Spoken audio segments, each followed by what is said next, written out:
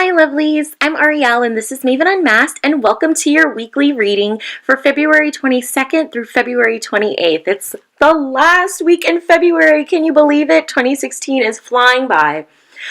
So I'm going to shuffle and pull some cards and just see what energy is going to be around us this week. Something for us to keep in mind, what's going on.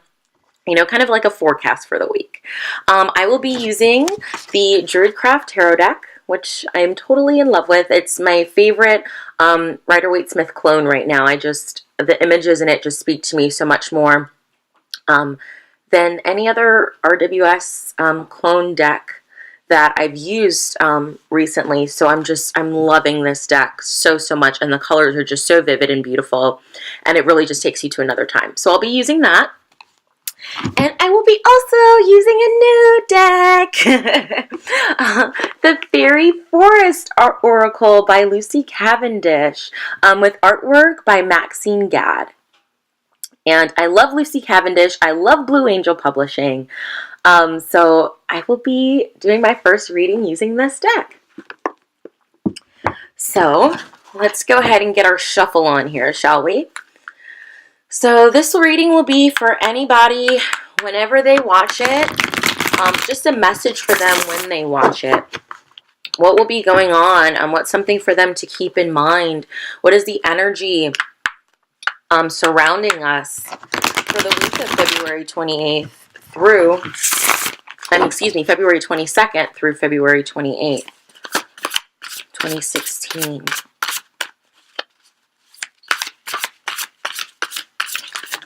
Oop, there's one. Okay. Let's see what else we've got here. But I hope everyone is having a great 2016 so far. I know I am. It's been challenging, but there's been good and nothing's been bad. It's just been a very thought-provoking year so far. A lot of introspection going on, a lot of trying to balance and navigate and figure out where we may have too much of one thing and not enough of another. So let's just see. Since nothing else wants to fall out for us, I'll pull those two. Okay, so let's see.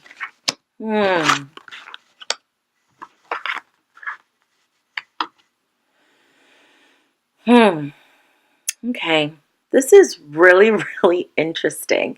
So I don't think to date so far I've had 3 10s come up in a spread.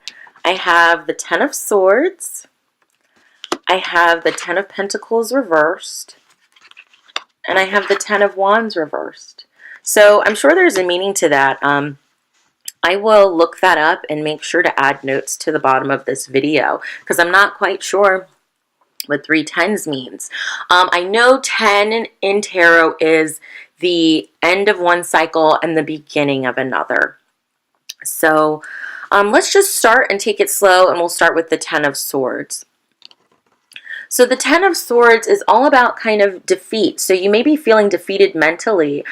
There may have been an argument, or you may be feeling betrayed, or like somebody stabbed you in the back. Or maybe that, you know, you're upset that everything that you thought wasn't exactly what it truly is. And you're battle weary, and you're just tired, you're just drained. You feel like you've expended all of your resources. And to me, this is just a classic scene of death, really. But in this classic scene of death, know that there is new life. The new life comes. But I think this just really talks about the fact that, you know, things have been coming at us from all angles, and maybe we didn't have our best defenses up. Maybe we let somebody take advantage of us. And the feelings of hurt that can come with that, and you know, the mental anxiety and replaying events over and over, and did I make a mistake, and coulda, shoulda, wouldas, and you know, but what's done is done. You know, you can't change it, you can't change the past, so it's just time to move on from that. Even though you see him here stabbed in the back on the ground. His helmet, his shield, everything has been tossed to the wayside. He's vulnerable. But being vulnerable is a good thing sometimes. Sometimes we need to let down our defenses so that we can really, truly appreciate everything around us and who we are and what we have, and be able to truly connect with others. Maybe in a dialogue you had with somebody, you didn't let yourself be vulnerable, and then you had to throw down your shield and your helmet and find another way to go about things. But notice that there's the sun coming up in the background here. The sky is the clouds are starting to move and part, and we have blue sky coming in. So good things are coming. Good things are coming. Don't take this as a full defeat. And then we have the Ten of Pentacles reversed. Here it is upright. The Ten of Pentacles is about happiness and home and family and basking in the fruits of your labor. And in reversed, I think this may be saying that we're not taking the time to bask in the fruits of our labor, or maybe we've become kind of complacent. Maybe we're not appreciating our family, or maybe that's what this Ten of Swords is about. Maybe there's been some kind of family issue or issue with money. Or maybe you put all your money into something that you shouldn't have, and now you're kind of struggling. So that's what I kind of feel is going on with the Ten of Pentacles. But in the Ten of Pentacles, notice how there's family and an animal companion surrounding this. So I would take this as to spend more time with your family and to try and reconnect with them and tell them about your problems and how you're feeling, and that you may be feeling small and defeated, and try and, commune with them and reconnect. There's nothing like being away from family and then, being all in our head and all confused and everything, and coming back and having that family energy revitalize and recoup us, So I think that's what this is saying, is that we haven't been, so involved with our home and with our family. We've been so busy doing other things, and this is a reminder to come back. I think this is also like licking your wounds and coming back to your family for that safety, for that refuge, for that nurturing, for some of mom's apple pie, like all of those good things. And I'm happy to see the Ten of Wands reversed. Here it is upright, but the Ten of Wands is about carrying burdens and, a heavy, heavy battle, and just being weary and worn down and tired from carrying all this weight around, all of this baggage, all of this anguish. And he is reversed, people. Yay! So to me, this would totally mean that, you finally set the baggage down, that you need to set the baggage down, that the mental anguish in the Ten of Swords, the betrayal in the Ten of Swords, you can quell that feeling by spending time with your family and your friends and recommuning with your home environment, those relationships, those intimate relationships. And that will in turn help you to set your baggage down and help you to, revitalize yourself, to get somebody else to help you carry some of that stuff, and to leave, what needs to be. Like I always say, don't bring work home with you. Don't bring family drama with you into your relationship. There are certain things that just need to be in their own pocket, be in their own bubble. And I think the Ten of Wands reversed is just a reminder to not bring all of the hurt and all of the anguish and all that. Just leave it where it lies. You have to deal with it, but leave it where it lies. Don't let it filter into your other relationships. Now, as I'm looking at the 3 tens, I'm getting that because it's 3, I'm getting that Empress vibe, that nurturer, that mother, that